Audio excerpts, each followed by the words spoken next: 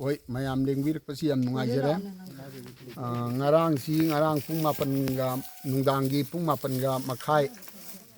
mapange minit kuntra tarakpadagi akoi sana sabigi awang sunurok samusong simol thana pupi akoi maning sing andai kaune andai santi khongbani mathak sing amadi sambo khunaugi tuisin phaimol sidagi ngarang je pung mapange minit kuntra tabadagi atat kham laitana akhoi nongmai je kaptharakpa adu kaptharakpaduna ngasigi ayuki amuk mate khara amuk lalluraga ngasi ayuki pung mapan swai tarakpa mayam lau sing sunaba matamjidagi amuk bom yauna akanma mawangda akhoi landarakpani tawrise hujiki hairiba mafam masang parengsima adu masidaisida aina mayamda akhoigi thamjaningbase अखोई सिपाही मसिंग खंगदना लेरे हाइतारे BSF सु लेरे army सु लेरे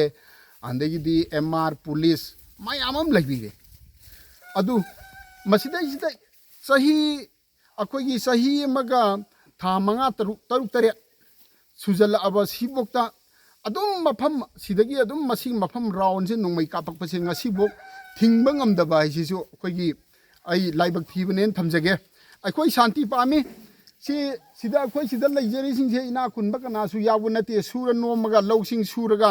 हिंजबा ngaktani aduna lau suba matamjida nongmai kaptharakpasina subam lafam khangdaba nungdang tumdaba mapung oina nupa singdi khara phare nupi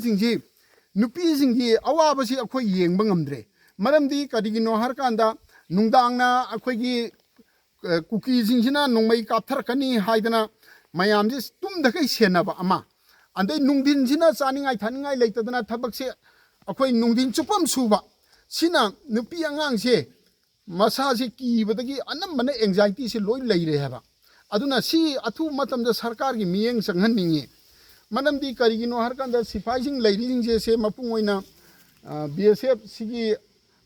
sidaga leiriba singse kamaina tawge hai kanda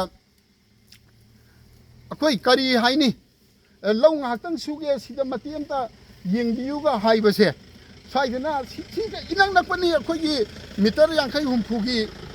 swaisida tholaga sibukta sangbiyuga haibase akhoi order yaude hairaga ba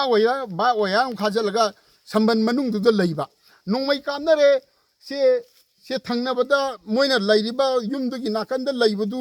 adubukta yengbibai mahutana adubukta sangjarakpadu emogi ayaba yaudri saki ayaba yaudri haidana hek changhandaba adum lambi da lephandana thambagumba sumaina tawbasi akhoi bu ngakpi dibara natraga moise akhoi hatnaba thambiribara gyan tadreba sema pungoina harukanda kuhina nungtigi nongmai kaptharakpajina kaim haidaba aduga nong phadok mitaina akhoi gi kukina halakpada kapagana mitaina kapani na koming tawdagi akhoi ji kucha chatpa aduga hujik aina thamjaningbasi था त्राइपान सूर अब इरांगजी cookie खरन सिदा अतत खम लेतना नुक्तिगी नोंगै काथर अगर नुपी अंगांग मयाम जे समजरब मयाम से कीदना चुभम चाभम खंगदना लेरिबसे सि कनागी दायित्वनो कनाना सिगी responsible लौबी दोरिये हाइबदो आई मसीमा आई सरकार की मफमदा आई थमजनिंगी मरमदी अखोई सिदा येंगबियो अखोई सिना ख्वाई मताइनी सना साबी हाइबसे अखोई सिदादी लौ सुरे बीएसएफ ता हाइरे यादे आर्मी दा ahoy army da haire suro kai su tawrai budi moina budi haibi adu mapung oina sida akhoi 158 leiba akhoi BSF se masi khali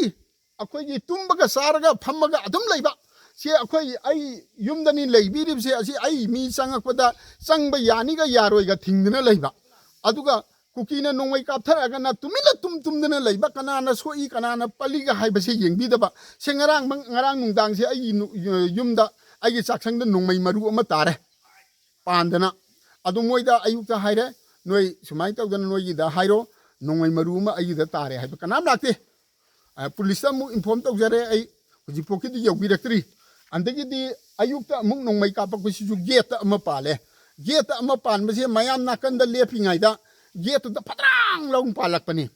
adu palak padu kari hage bo moina sidabo kara di nongoi maru paktuna na nokrem hage na dana usita dana akhoi gi kari haini akhoi gi khungangi lamni noi gi jungle ni haibagi type ta ngasi boki leibasi dane akhoi da respect से थम्बीबे मुहुता अखोई करी हाइने अखोई जंगलीदा लइबा याम उसितबा अखोई लेत्रगा नोई कनागा हिंगम दोइनो हाइबगी यापता याम करेम कथाइना बसे हे हेक तौहले तौविएबा सिमक्ति आइदी तौहनजनिंगदे हाइतारे सुमाइना तौबसिदी अदुना मपुंग ओइना सिगिसे सिदा लइरिबा अखोई से थानापुकी मनिंग सिंगदा लइरिबा अंदै शांति खोंबान सम्बुको खुनौगी मथक्तिदा तुइसिन फाइमोन गना लइरिबा सिगी लंबी से कदाइदा लाके है कांदा सिदगी अखोई मनिंगी सिमोल सिदगी लाकपनेबा सिमोल सिदा आर्मी अमा फम्मी आर्मी की लंबी से थिंगर कांददी अखोई मोइ से लाकफम लैतेबा अदु मोइना तत्तना कापी सिदी आर्मी सिदा अखोई असिदा चथोक चसिन तौरिबा हाइतारेको सिगी सिदा चथोक चसिन तौरगने कापा इसे अदुना अखोई सरकार सिना अखोई सिदा माइ बफर जोल हारजु सिगी सिमोन सिदा हेंजलक प यारोय हाइदना सिमोन सिदा कुकी जिंगिया सिदागी मोइ ngaके हारजु मोइ मखुन ngaksौदना अखोई चिंग सिदा यंवा सि ममांग सिंग अखोई खुनगी चिंग ngaktani सिदा मोइ लोइ हेंजला बंगर साजला लैरे अदगी सि थनाउपी मनिंगी सिदा लैरिबा अखोई खुनगी थनाउपी खुनगी शांति खोंबान याउपीगी खुनगी सम्बो खुनौगी चिंग मथक सिदा मोइना कि बंकर लोइ साजला लैरगा मोइना तौनिंगबा मोंगदा कानिंगबा मोंगदा हेक्ता कापकपा अदगी हाइरुगा यु ngaudana तौने हाइदना सिफाइदे हाइरसु दुमाइन तौबसे सिदी अखोइदी मसि तौहनजनिंगदे अथु मतमदा अखोइगी मरी लेनबा अथॉरिटी न मसि तकथोकपियु हाइबसे अई तरफतगी अई थमजगे।